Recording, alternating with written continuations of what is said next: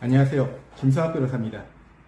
오늘은 미지급 공사대금에 대한 법적 대응 방법에 대해서 살펴보도록 하겠습니다. 건축공사계약을 체결하고 공사를 완료했음에도 불구하고 건축주가 이런저런 핑계를 대며 공사대금을 지급하지 않는 경우, 또는 건축공사를 진행하던 중 추가공사가 필요하게 되어 건축주와 구두로 합의를 하여 기존 공사 내역에 따라 추가공사 대금을 지급하기로 합의한 후 본공사 및 추가공사를 모두 완료하였음에도 불구하고 건축주가 추가공사 대금을 지급하지 않는 경우, 이와 같은 미지급 공사 대금에 대해서 어떠한 법적 대응을 해야 될까요?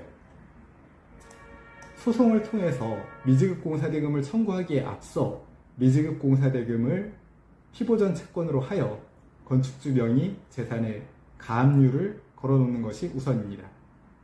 가압류를 걸어놓는 이유는 소송 도중에 건축주가 본인 명의 재산을 빼돌린다면 소송에서 승소하더라도 집행할 건축주 명의 재산이 없게 되므로 집행을 보존하기 위한 목적으로 가압류와 같은 임시조치가 반드시 필요합니다. 다만 건축주 명의 재산이 많은 관계로 공사대금 청구 소송에서 승소한 후 집행이 수월한 상황이라면 굳이 비용을 들이면서까지 가압류를 걸어둘 필요는 없습니다. 다만 가압류를 걸어둔 경우 건축주가 미지급 공사대금에 대한 협의를 제의해 오는 경우가 종종 있어 건축주를 압박하는 측면에서 유효하게 작용할 여지는 있습니다.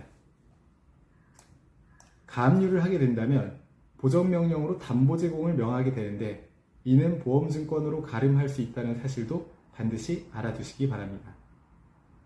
건축주 명의 재산에 가압류를 걸어두었다면 이제는 본격적으로 건축주를 상대로 본안소송을 제기해야 합니다.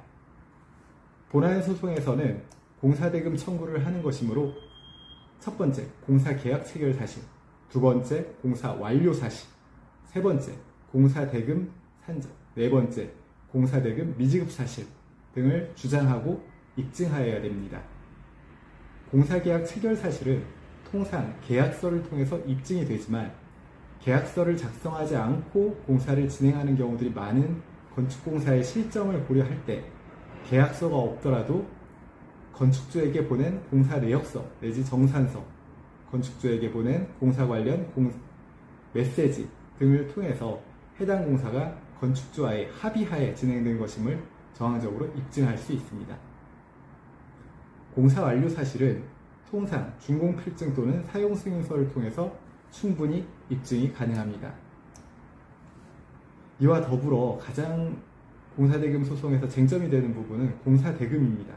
공사대금을 정확히 산정해야 되는데 계약서 등이 있을 경우에는 계약금액을 공사대금으로 산정하면 되지만 계약서가 없는 경우나 구두합의로 추가공사를 진행한 경우에는 건축주에게 보낸 정산서나 내역서를 토대로 해서 공사대금을 산정할 수 있을 것입니다. 이후 소송의 진행은 건축주의 항변 여하에 따라서 다양한 형태로 진행되게 됩니다.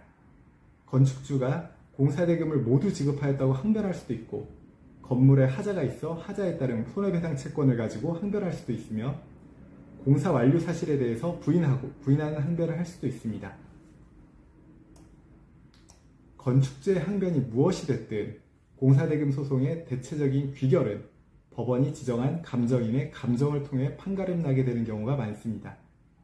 다만 감정인이 공사대금을 감정하는 데 있어서 판단의 기준이 되는 자료를 충분히 제공하여야만 조금이라도 유리한 감정 결과가 나오게 될 것입니다. 따라서 감정 신청 시 반드시 이러한 점을 유의해서 신청하여야 될 것입니다. 오늘은 미지급 공사대금에 대한 법적 대응 방법에 대해서 살펴보았습니다. 조금이라도 도움이 되셨으면 합니다.